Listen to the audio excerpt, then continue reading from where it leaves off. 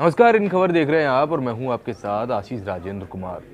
तो महाराष्ट्र का सियासी ड्रामा लगभग एक महीने के समय के बाद अब खत्म होने की कगार पर है, क्योंकि आज 28 नवंबर है, दिन गुरुवार है और ऐसे में शिवसेना के प्रमुख उद्धव ठाकरे आज महाराष्ट्र के मुख्यमंत्री के रूप में शपथ लेने जा रहे हैं। जी हाँ, शाम को वो शपथ लेंगे और ऐसे में एक जो खबर है या कह लीजिए एक जानकारी जो मैं आपके रूबरू होकर बता रहा हूँ, दरअसल वो ये है कि आखिरकार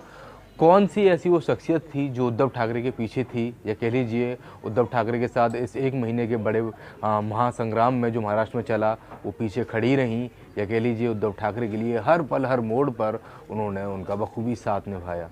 बेटे आदित्य ठाकरे के लिए भी वो बखूबी तरीके से तत्पर रहीं, और जिस तरीके से उनके पति और उनका बेटा राजनीति के सियासी ड्रामे से गुजरा एक महीने के अंदर, लेकिन वो एक ऐसी महिला थीं जो उनके पीछे खड़ी रहीं और डटकर उन्होंने अपनी पूरी पार्टी का, अपने पति का और अपने बेटे का साथ दिया। दरअसल इतना सब कुछ मैंने आपको बता दिया तो आप समझ ही गए होंगे कि मैं बात कर रहा हूँ उद्धव ठाकरे की पत्नी रश्मि ठाकरे के बारे में। किसी ने सच कहा है कि अगर किसी व्यक्ति की सफलता के बारे में बातचीत की जाए तो उसके पीछे उसकी पत्नी, उसकी माँ, यानी कि महिला का किसी न किसी रूप में हाथ जरूर होता है। ठीक उसी प्रकार ये कहावत यहाँ भी सच होती दिखाई देती है कि शिवसेना के जो एक महीने का ड्रामा चला कह लीजिए महाराष्ट्र के अंदर, वहाँ उनकी पत्नी जो रश्मि ठाकरे थी उन्होंने बखूबी मोर्चा संभाला मातोश्री का। जैसा कि आप सब जानते हैं कि ठाकरे परिवार का जो मातोश्री आवास गृह है उसके बारे में बातचीत कर रहा हूँ, और बखूबी उन्होंने घर के माहौल को संभाले रखा, सब चीज़ों को अपने हाथों में नियंत्रण रखा, जिस तरीके से उन्होंने इस पूरे एक महीने के समय को निकाला। वो रश्मि ठाकरे ही थी जिनकी बदौलत पार्टी के सभी विधायक शिवसेना से जुड़े रहे और उन्होंने कभी भी एनसीपी के नेताओं या विधायकों की तरह बगावत करने की ना सोची, और एक पल को भी अपने नेता, अपनी पार्टी को छोड़कर वो नहीं गए। क्योंकि ऐसा माना जाता है जो विधायक हैं एनसीपी के, जो नेता हैं, कि जो रश्मि ठाकरे हैं उनका व्यवहार काफ़ी शालीनता से भरा हुआ है, काफ़ी सरल महिला हैं, और जिस तरीके से सम्मान और आदर के साथ वो सबका स्वागत और सबके साथ बातचीत करती हैं, वही एक कारण है जो लोग उनका इतना सम्मान करते हैं और उनको इतनी इज्जत देते हैं।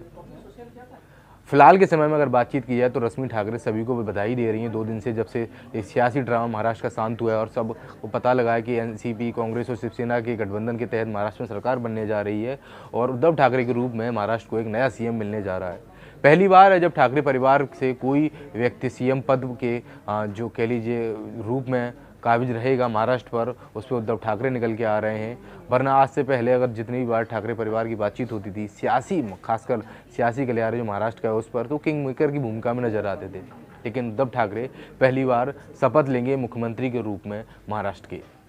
क्योंकि रश्मि ठाकरे ने काफ़ी योगदान दिया है और बड़े ही उनका जो व्यवहार है वो कहीं ना कहीं उनके परिवार के साथ साथ उनके पार्टी के जितने कार्यकर्ता हैं और जितने भी नेता हैं उनको बांधे रखता है। आप किसी से भी बातचीत करें, अगर जितने भी नेता हैं शिवसेना के, उनकी तरफ से यही प्रतिक्रिया आती है कि जो रश्मि ठाकरे हैं, यानी कि जो उद्धव ठाकरे की पत्नी है, उनका व्यवहार काफ़ी बेहतरीन है और काफ़ी अपनापन जैसा है जो वो लोगों को कनेक्ट करके रखती हैं।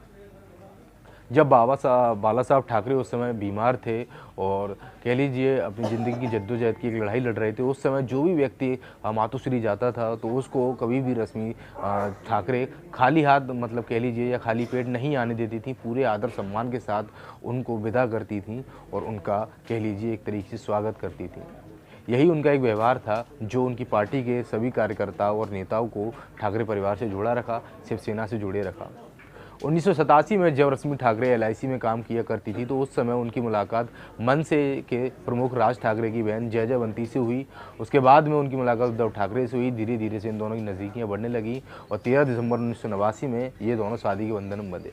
आदित्य ठाकरे बरली से इस बार चुनाव लड़े, जो कि इन दोनों के बेटे हैं, और वो जीते भी। साथ ही साथ उद्धव ठाकरे भी अब एक इतिहास रचने की कगार पर हैं, क्योंकि ठाकरे परिवार से पहली बार कोई सदस्य महाराष्ट्र का सीएम बनने जा रहा है। एक सरलता और एक कह लीजिए शालीनता का जो व्यवहार है रश्मि ठाकरे का, वही एक वजह थी कि उद्धव ठाकरे आज एक नया इतिहास रचने की कगार पर मौजूद है। खैर, अगर आपको ये वीडियो अच्छा लगा तो इसे लाइक करें और चैनल इन खबर को सब्सक्राइब करना बिल्कुल ना भूलें। धन्यवाद। इन खबर चैनल को सब्सक्राइब करें और बेल आइकन दबाना ना भूलें।